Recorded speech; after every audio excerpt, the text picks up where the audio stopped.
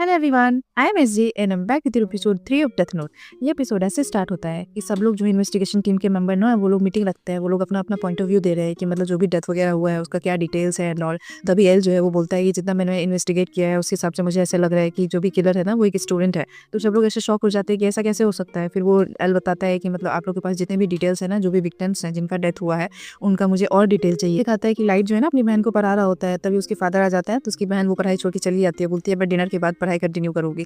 फिर वो लोग डिनर कर रहे होते हैं तो लाइट जो अपने फादर से पूछता है कि क्या बात है पापा, आप ऐसे सीरियस लग रहे हैं। फिर उसके पापा बताते हैं कि हाँ, एक केस ऐसा आ गया है ना जिसकी वजह से हम सब लोग बहुत परेशान हैं। तभी लाइट जो है ना अपने पापा के रूम में जाता है, उनका लैपटॉप ओपन करके और सारे डिटेल्स वगैरह निकाल लेता है। लाइट जो है ना वो अपने किलिंग का ऐसे डेट एंड टाइम वगैरह ऐसे चेंज करने लगता है, कभी भी किसी को ऐसे मार रहा है। फिर एकदम से वापस से इन्वेस्टिगेशन टीम में एकदम से मीटिंग बुलाती है, बोलती है कि मतलब हम लोग का जो ये थ्योरी था कि कोई स्टूडेंट है, लगता है वो इस बात को झुटलाना चाहता है।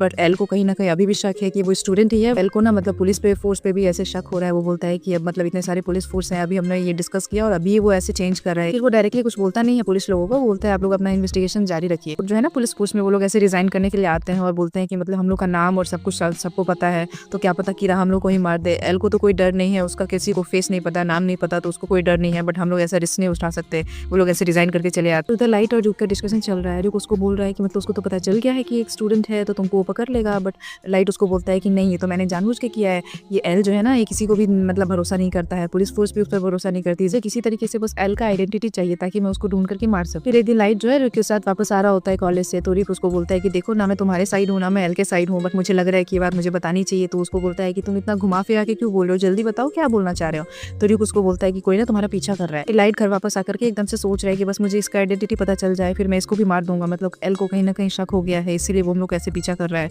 फिर रिक उसको बताता है कि सिनिगामी और जो डेथ नोट जिसको मिलता है उन दोनों में ना दो डिफरेंसेस होते हैं। पहला डिफरेंस होता है कि मतलब हम लोग का ऐसे होता है ना कि हम लोग अगर किसी को मारते हैं तो हमारा एज बढ़ जाता है। दूसरा ये है कि हम लोग किसी की आंखों में देख करके हम लोग ऐसे बता सकते हैं कि उसका नाम क्या है और उसका लाइफ स्पैन क्या है, तो सब कुछ ऐसे हम लोग आसानी से बता सकते हैं। बट तुम ह्यूमन ऐसा नहीं कर सकते। तुम चाहो तो ये पावर मैं तुमको भी दे सकता हूँ, बट उसके बदले मुझे एक डील करनी पड़ेगी। तो मुझे तुम्हारा जो लाइफ स्पैन है ना उसका हाफ लाइफ स्पैन मुझे चाहिए। फिर लाइट सोच रहा है कि मतलब मैं क्या करूँ, ये जो मुझे डील दे रहा है मुझे एक्सेप्ट करना चाहिए कि नहीं। एंड और उन दोनों के बीच से कन्वर्सेशन हो रहा है और ये एपिसोड जो ना यही खत्म हो। और बात की जाए तो इस पूरे एपिसोड में मतलब इतनी सारी बातें पता चली है ना। एल को ना मतलब ऑब्वियसली उसको लग गया है, उसको मतलब काफी हद तक वो एकदम से कंफर्म है कि ये जो मतलब किलर है ना वो एक स्टूडेंट है, क्योंकि उसने पूरा एकदम से इन्वेस्टिगेशन किया है, पूरा एनालाइज करके वो बता रहा है कि मतलब जो भी डेथ का टाइमिंग है वो सारे वीकडेज पे ऐसे कर रहे हैं एंड ऑल। तो उसको कहीं ना कहीं लग रहा है कि कोई स्टूडेंट ही है जो ये सारी मतलब डेथ के लिए रिस्पॉन्सिबल है। और वो बोल रहा है सब पूरी टीम को कि देखो तुम लोग जल्दी जल्दी ये पता करो, मतलब मुझे कुछ इन्फॉर्मेशन चाहिए कि जो भी लोग ऐसे मरे हैं विक्टिम्स वगैरह, मुझे उन सब का पता करना है कि फेस वगैरह पहले रिवील हुआ था कि नहीं। तो मुझे ये सारी डिटेल्स मुझे आप लोग जल्दी से जल्दी दीजिए। और इधर दूसरी बात, मतलब ये जो लाइट के फादर हैं वो पुलिस फोर्स के चीफ है। ओ माय गॉड, मतलब लाइट इसीलिए तो इतना मतलब उसको कोई डर नहीं है कुछ नहीं कि मतलब मुझे क्या होगा, मेरे फादर से तो मुझे सब कुछ पता चल ही जाएगा। मतलब लिटरली जब उसके फादर ऐसे घर में दिख रही हूँ है ये इसके फादर है। और मतलब उन लोगों ने ऐसे डिनर वगैरह किया और उसके बाद लाइट अपने फादर का एकदम से लैपटॉप वगैरह ओपन करके वो चेक कर रहा है कि उसको पता चल गया है कि ओके, तो इन लोगों को लग रहा है कि एक स्टूडेंट का प्लान से लाइट ने अपना पूरा हरकत ही चेंज कर दिया। वो कहीं भी किसी भी दिन किसी को भी मार रहा है। फिर उसके बाद एल को ये शक हो गया कि अरे अभी हमने ऐसे डिस्कस किया था और वो ऐसे चेंज कर रहा है। बट अभी भी कहीं ना कहीं वो कंफर्म है, वो समझ रहा है कि कहीं ना कहीं ना वो मेरा दिमाग ऐसे घुमा रहा है, वो हम लोग को ऐसे डिस्ट्रैक्ट कर रहा है। और इधर मतलब रुक से ना लाइट बात कर रहा है कि रुक ने उसको बोला कि देखो उन लोग को तो समझ आ गया है तो अब तुम्हें पकड़ लेंगे। तो वो बोल रहे नहीं, तुमने अभी मेरे दिमाग को समझा ही कहाँ है। ये ह्यूमंस भी ना बहुत ऐसे डिफरेंट होता है। मतलब मैं जानबूझ के ऐसे चाह रहा हूँ ना कि मतलब पुलिस फोर्स और एल के बीच में झगड़ा हो, क्योंकि ऑब्वियसली एल को कोई नहीं जानता, पुलिस फोर्स उन पे ज़्यादा भरोसा करता नहीं है। और एल को जैसे ही लगेगा कि पुलिस फोर्स का कोई आदमी है या फिर उनके कोई रिलेटिव है जो भी हैं जो ऐसे सारी इन्फॉर्मेशन को लीक कर रहे हैं, तो वो भी उस पर भरोसा नहीं करेगा। फिर उन दोनों के बीच ऐसे मतलब एक दूसरे को ही वो लोग ढूंढेंगे। और यही तो मैं चाहता हूँ, किसी तरीके से एल का आइडेंटिटी मिल जाए, फिर तो मैं बस उसको मार दूंगा। और वो इतना खुश हो रहा है एल ने जो अपना गेम खेला है। ओ माय गॉड, मतलब उसने जिसपे भी उसको शक था वो उस पुलिस फोर्स पे और उसके रिलेटिव्स पे भी उसने अपना स्पाई मतलब पीछे छोड़ दिया है कि तुम लोग जाओ और पता करो। और मतलब उस लाइट के पीछे ना हमेशा एक आदमी घूम रहा है। और युग ऐसा बेवकूफ है, मैं उसको क्या बोलूँ, मतलब तो फनी सीन था। वो ऐसे वो जा रहा है, वो बताता ना उसने देख लिया था कि कोई हमारा पीछा कर रहा है, बट उसको बताएगा नहीं।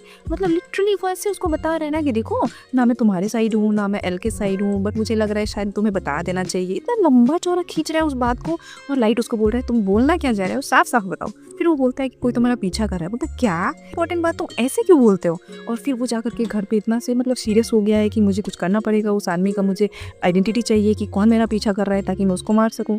और फिर उसको र्यूक ने जो ऐसी ऐसी इंपॉर्टेंट बात बताई है कि मतलब उसने सीक्रेट बताया है कि मतलब शिनिगामी और नॉर्मल ह्यूमन में क्या डिफरेंस होता है। मतलब ऐसे होता है ना कि शिनिगामी अगर किसी को मारते हैं तो मतलब जिसको वो मारते हैं उस आदमी का भी वो एज में जितना बचा होता है ना वो उसके एज में ऐड हो जाता है।